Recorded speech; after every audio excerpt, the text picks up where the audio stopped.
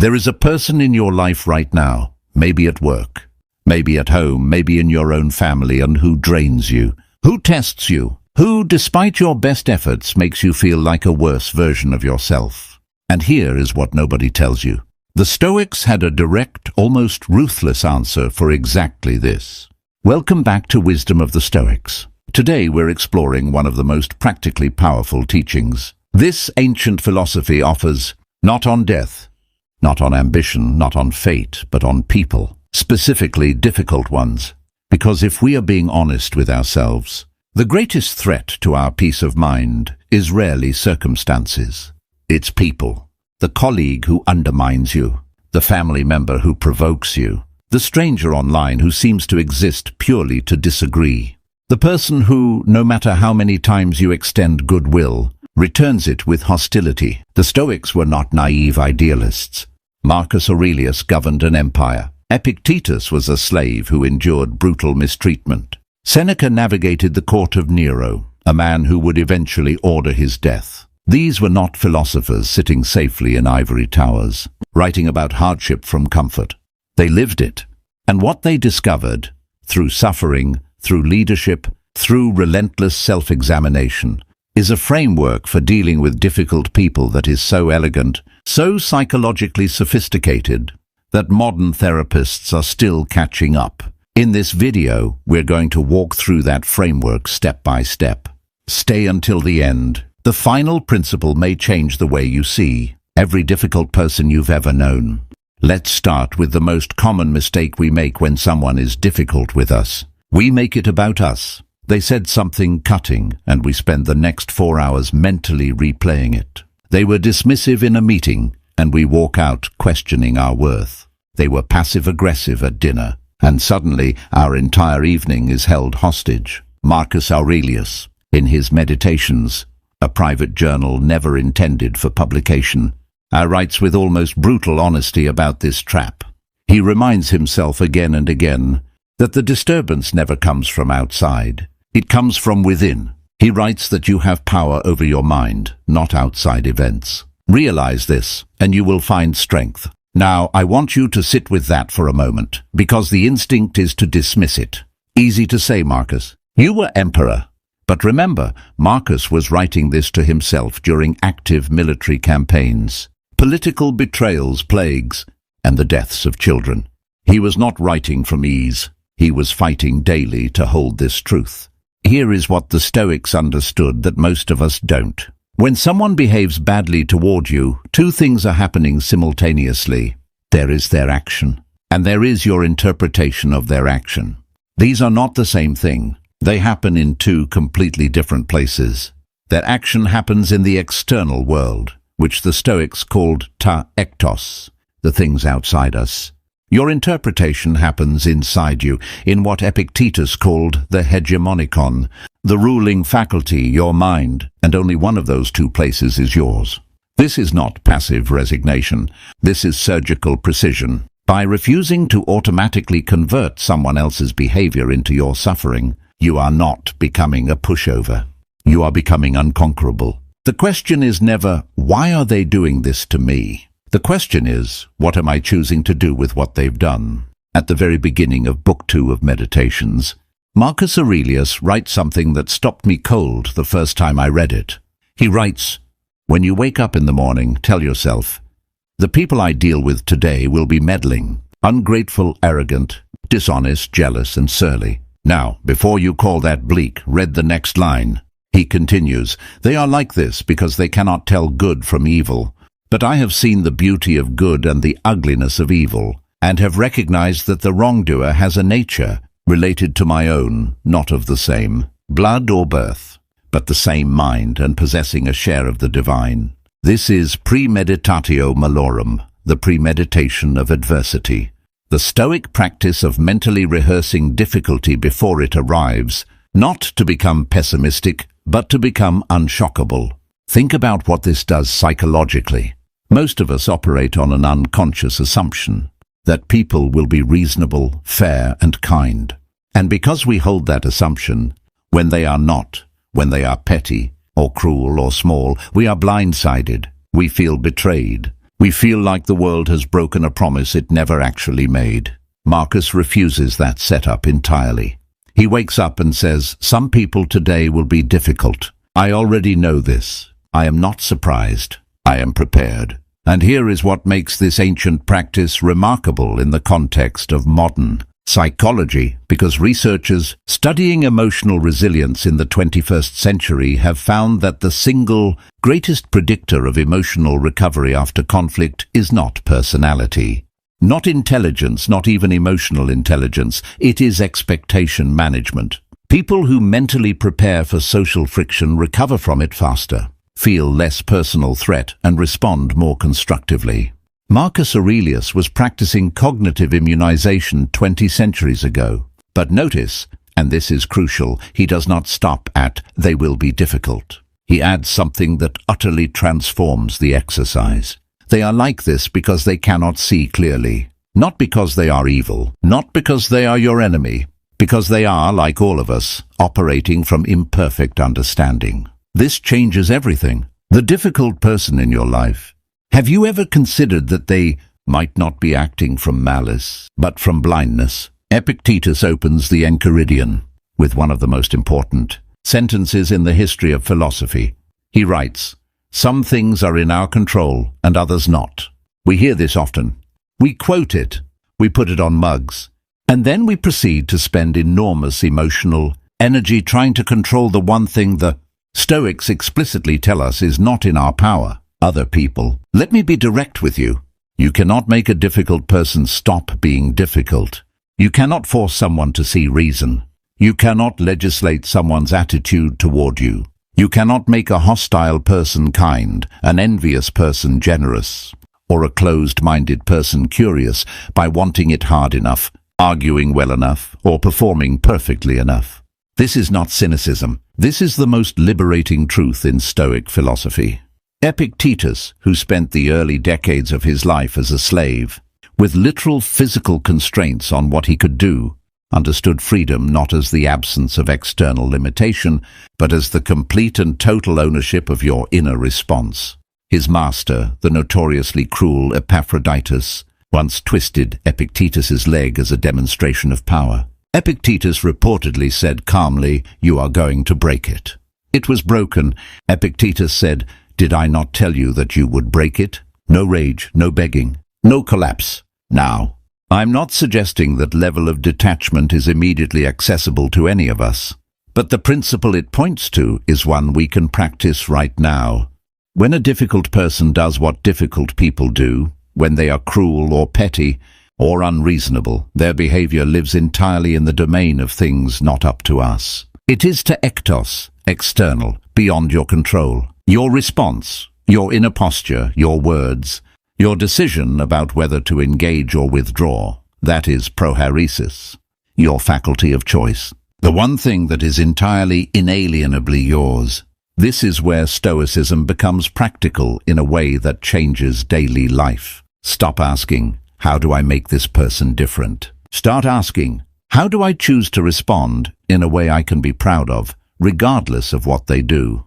This is not weakness. A person who responds from principle rather than reaction is not passive. They are the most powerful person in any room. They are the only one truly free. Before we go further, I want to ask you something genuinely. Is there a specific type of difficult person you find hardest to handle? The aggressive one? The passive-aggressive one? The manipulative one? The chronically negative one? Drop it in the comments below. I read them, and it genuinely shapes what we cover next. If this is resonating with you so far, please consider hitting the like button. It takes 1 second and it tells YouTube this kind of content is worth sharing. Now, back to the Stoics. Of all the difficult emotions that difficult people provoke, none is more dangerous or more misunderstood than anger. And no Stoic wrote about it more carefully than Seneca. In his treatise De Ira, on anger, Seneca writes something extraordinary. He calls anger a brief madness. He says it is uncontrolled, forgetful of decency, unmindful of personal bonds, persistent and diligent in whatever it begins, closed to reason and counsel, agitated by trifling causes, fit for neither good advice nor the weighing of what is just. Now here is the thing. Seneca is not only describing the anger of the difficult people around us.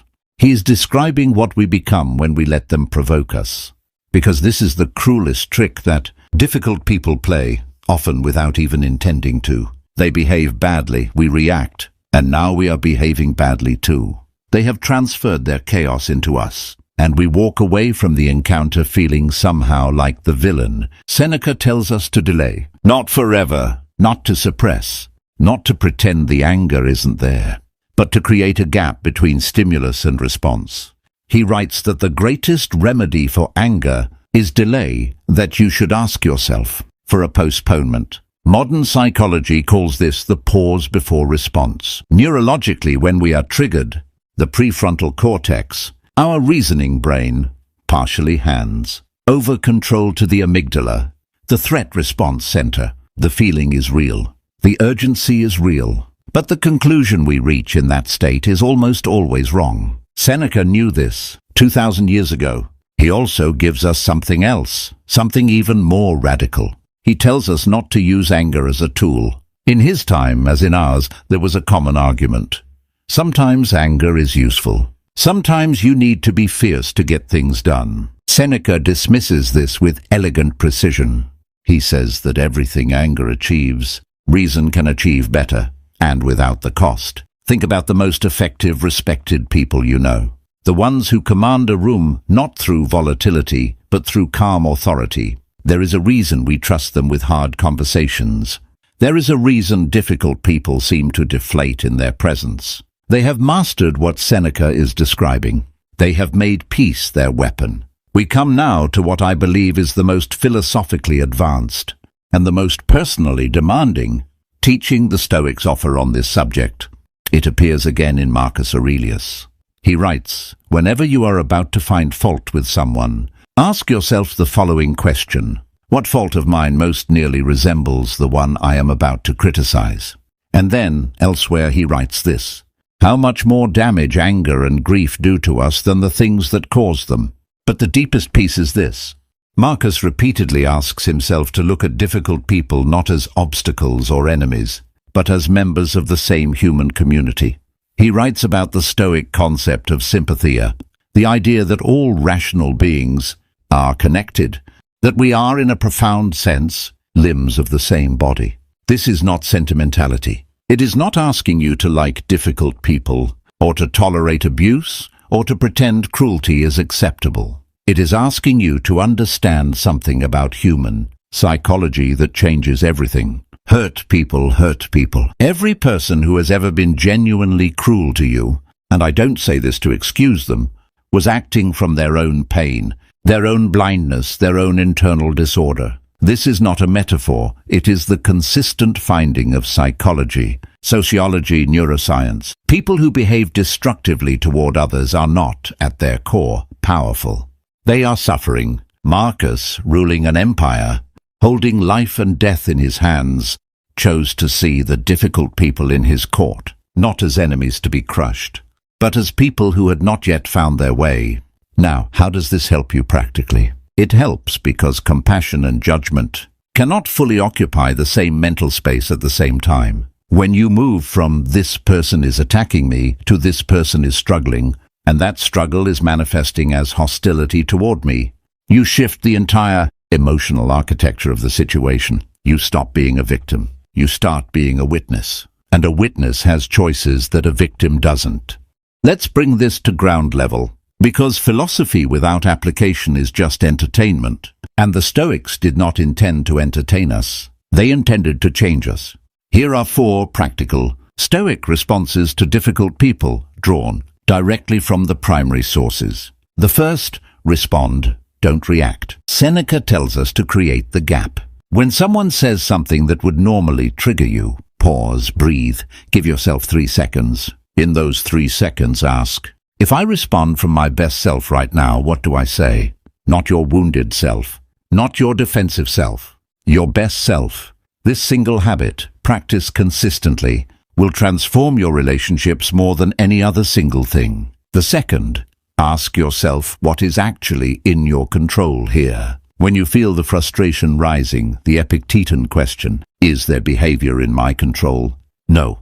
Is my response in my control? Yes, full stop. This isn't a rhetorical device. Make it a genuine reflex. The moment you locate what is and isn't yours, the pressure drops. The third, seek understanding before seeking to be understood. Marcus Aurelius writes that we should never be surprised by the difficulty of others, and that we should seek, as far as possible, to understand what they are experiencing. This doesn't mean accepting mistreatment. It means, before you decide how to respond, ask, what might be happening for this person that I cannot see? Not to excuse them, to equip yourself. The fourth, know when to withdraw. This one is often overlooked in popular Stoicism, but it is crucial. Epictetus is very clear. Not every battle is yours to fight. Not every difficult person is yours to save or convert. Sometimes the most stoic response is to quietly, firmly remove yourself from a situation that offers nothing but ongoing damage to your own character and peace. This is not retreat. This is the wisdom to know where your energy belongs. Stoicism does not ask you to be a punching bag in the name of virtue. It asks you to be genuinely free, and sometimes freedom looks like a door quietly closed. I promised you something at the start of this video. I said the final principle might change how you see every difficult person you have ever known. Here it is. Marcus Aurelius, near the end of Meditations, writes something that I consider one of the most honest sentences ever committed to paper. He writes, and remember, this is a private journal written only for himself. Confine yourself to the present, and then in another entry, you have power over your mind, not outside events. And then, most honestly of all, the impediment to action advances action. What stands in the way becomes the way. In other words, the difficult person is not interrupting your path. The difficult person is your path. Every encounter with someone who challenges your patience, your equanimity, your sense of self, it is not a disruption from the work of becoming who you want to be. It is the work. It is the gymnasium Epictetus talked about. It is the resistance training for the soul. Marcus did not become Marcus Aurelius despite the betrayals, the ingratitude, the cruelty he witnessed. He became Marcus Aurelius through them. Every difficult encounter was an opportunity to either lose himself or find himself. He chose to find himself again and again and again. And here is the deepest turn. The question this philosophy ultimately asks is not, how do I handle difficult people? It is, who do I become in the presence of difficulty? Because that is the only question whose answer is entirely yours. The Stoics were not asking us to become emotionless, not asking us to become indifferent to injustice or to smile through abuse, or to convince ourselves that everything is fine when it isn't. They were asking us to become free, free from the reflexive suffering that other people's behavior can cause us when we hand them the power to determine our inner state. Free from the addiction to being right, being validated, being treated the way we deserve. Free to respond from our values rather than our wounds. Marcus Aurelius, Epictetus, Seneca. None of them had easy lives. None of them were always at peace. They struggled. They failed. They wrote about their failures with a candor that, 2,000 years later, still makes you feel less alone. But they kept returning every day, in every difficult encounter, to this practice, this discipline of the mind, this choice to remain themselves. And that practice is available to you today. In your next conversation with the difficult person in your life, not to defeat them, to free yourself. If this resonated with you, genuinely, please share it with one person who you think needs to hear it. Not for the numbers, because this kind of philosophy spreads the way it always has, person to person, hand to hand. If you want to go deeper, we have a full video on Marcus Aurelius's Meditations and one on Seneca's Letters that pair beautifully with today's content. I'll link both at the end of this video. Subscribe to Wisdom of the Stoics if you haven't already. We release new content every week. No noise, no filler, just the ancient wisdom that still holds. I'll see you in the next one.